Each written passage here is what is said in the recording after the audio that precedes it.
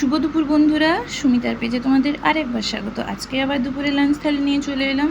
যা গরম পড়েছে, কিন্তু খাওয়া তো আর বন্ধ করলে হবে না, গরম পড়ুক ঠান্ডা পড়ুক।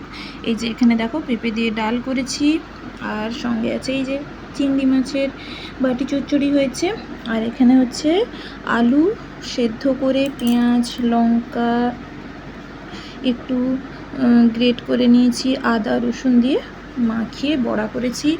আর এখানে এই যে পটলের পুর দিয়ে পটল ভাজা, পটলের আলুর পুর ঢুকিয়ে পটলের ভাজা করেছি। আর এখানে আছে পুঁই শাকের রায়তা। পুঁই শাকের রায়তা কে কে খেতে ভালোবাসো অবশ্যই কমেন্ট করে জানিও।